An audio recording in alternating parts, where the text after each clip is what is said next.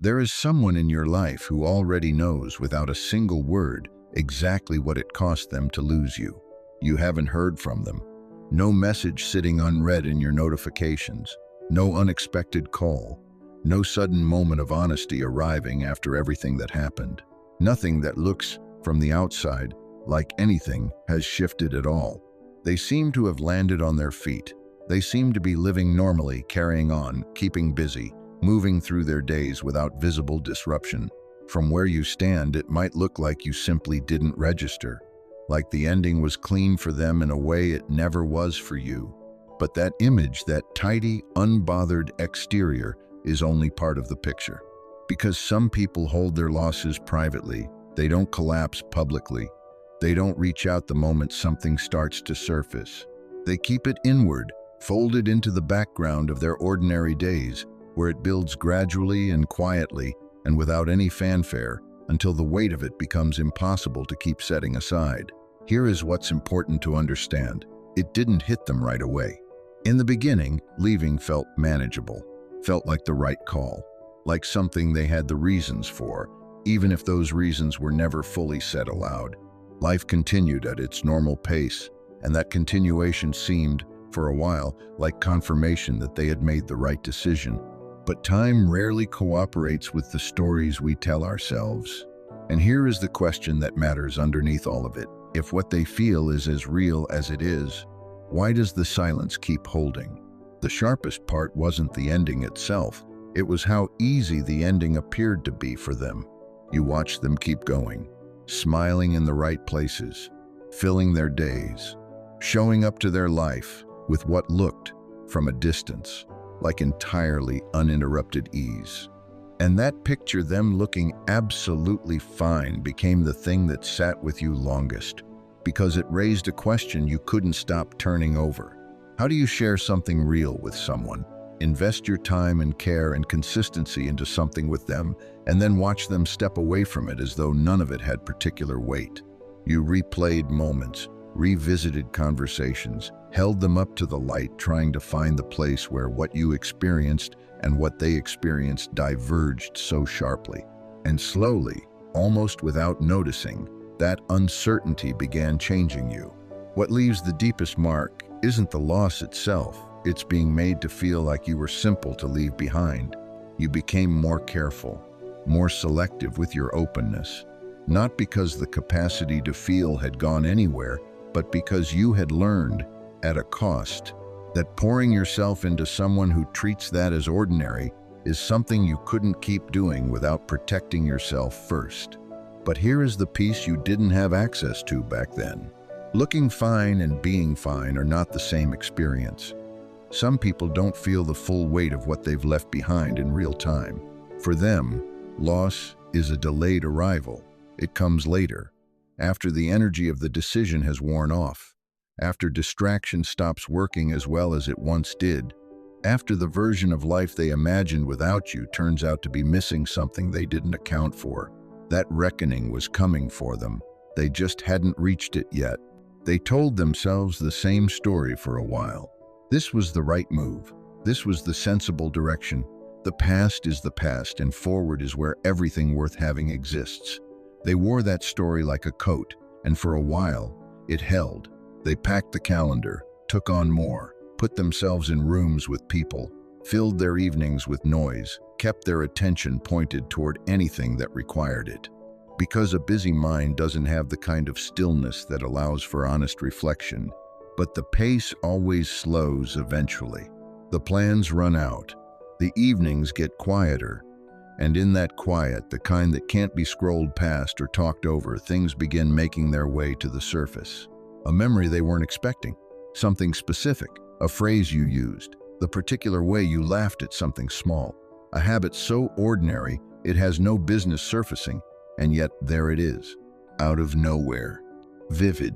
They push it aside, chalk it up to fatigue, to a slow week, to nothing significant. But it returns, not dramatically, just consistently, the way something small but persistent keeps finding its way back no matter how many times you redirect. They almost type your name, almost mention you mid-sentence, almost, and then they catch themselves. and they don't fully understand why that moment keeps happening. They thought they were further along than this. They thought the forward momentum had taken them somewhere past this. But something keeps pulling the thread loose, and the more they pull it back into place, the more clearly something seems to be missing. Because what was really happening wasn't just memory. Memory you can visit and close. And absence is different. It lives in the texture of things. It makes conversations feel like they're operating at the wrong depth. It makes the moments that are supposed to feel complete somehow fall slightly short of complete. They weren't just remembering you. They were beginning to feel the specific shape of the space you used to fill. There is a threshold where memory stops being something you can keep at arm's length and starts becoming something honest. That threshold arrived for them not in one sudden moment, but in an accumulation of small, specific recognitions, one quietly stacked on another, until the total of them became something they couldn't redirect. It wasn't the large or dramatic things they found themselves missing. It was the smaller ones. The texture of how you communicated, the quality of attention you brought to a conversation, the fact that you actually listened rather than simply waiting for a pause, the reliability of your presence, the way you stayed during moments that were inconvenient or imperfect, not because it was easy, but because you genuinely cared. Those things felt ordinary when they were happening. That is the particular cruelty of things we fail to recognize while we still have them. Some people only realize what made someone irreplaceable after spending months looking for it everywhere else. Now, in conversations with others, there was something persistently off. Not a dramatic deficit, just a subtle shortfall in depth, a warmth that almost measured up but didn't quite, an ease that resembled what they'd had but never fully matched it. And that search, that quiet, ongoing attempt to locate something that kept not being there, was where the real weight settled in. Because you can convince yourself something is replaceable. You can go looking for a version of it elsewhere. But when nothing lands in quite the same way, not because people are lacking, but because what the two of you built was specific and real, and yours, that's when the full truth becomes unavoidable. They didn't just lose you. They lost how they felt inside of what you shared together. The particular ease of being genuinely known by someone. The version of themselves that existed inside that dynamic. And that is not something that returns simply because you decide you want it back. The thoughts get steadier now, not frantic, just quiet and low. I didn't understand what I was looking at. I treated something real, like it was a given. I let go of something I shouldn't have. And those thoughts do not leave easily. There is a kind of regret that asks nothing of the room. It doesn't announce itself. It doesn't require an audience. It doesn't arrive as a breakdown or a dramatic realization at 2 in the morning, though sometimes it surfaces there too. Mostly, it lives in the ordinary places. A Tuesday afternoon, the gap between one task and the next. A moment before sleep when there's no more input to process, and the mind finally just settles. And in that settling, surfaces the things that were never fully resolved. That is where they are now. Not falling apart, not consumed, still moving through life in all the ways that life requires moving through, but carrying something they cannot put down, a quiet, persistent understanding that something genuine was right there, within reach, and they did not protect it the way it deserved. They look back, not at the highlight reel, but at the unremarkable moments, the times you chose patience when it would have been easier not to. The times you extended honesty even when something softer might have been more comfortable.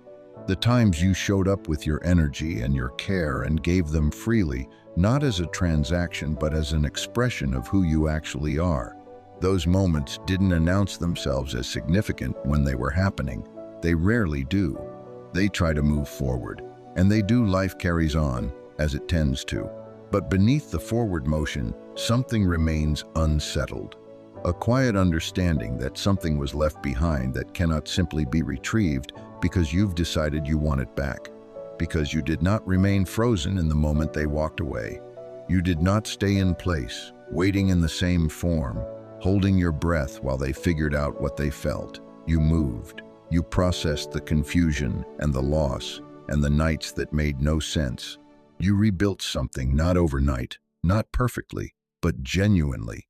You learned how to hold the full weight of what happened without needing their acknowledgement to give it meaning. And that version of you, the one that grew in the space their absence created, is not the same person they left. And here is what remains true even if they never find the words for it. Losing you left something in their life that doesn't fill. Not with time, not with new people, not with any of the substitutes they've tried. Life goes on, it does, but something specific and real and irreplaceable is simply absent now. And they feel that in ways that never fully land when they try to put them into words for someone else. They carry it without saying it. And while they are only now arriving at the full understanding of what they gave away, you have already done the work on your side. You already traveled through all of it. The grief, the confusion, the long process of releasing someone who chose to let go of their grip first. You already rebuilt something in yourself that belongs entirely to you, something that was made stronger by having had to find your footing without them. That is not a small thing. That is a quiet, significant kind of strength. So if these words found you somewhere real, if they landed close to something you've been quietly carrying, hold on to this. You do not need their acknowledgement to know your own value. You don't need a confession, or a late message, or an apology delivered long after it could have changed anything, to confirm that what you gave was real. The care was real. The consistency was real. The presence you brought to that connection was genuine, and genuine things do not lose their worth simply because someone else didn't have the perspective to recognize that worth while they still had access to it. Their silence is not your verdict. Their inability to say what they feel out loud is not the final word on who you were to them or on who you continue to be. Regret, sometimes, lives entirely in private, held in someone's quietest moments, felt most clearly in their most unguarded hours, and still it carries every bit of meaning it needs to carry. You were worth staying for, and somewhere, in the silence they keep, they already know that too. If this video reached you at the right moment, take a second to like it. It genuinely helps Psychevision reach the people who need to hear this. And drop a comment below. Do you think the people who walk away eventually come to truly understand what they lost? Or do they just learn to build their life around the space it left? Because sometimes the most powerful regret is the one that never gets spoken aloud.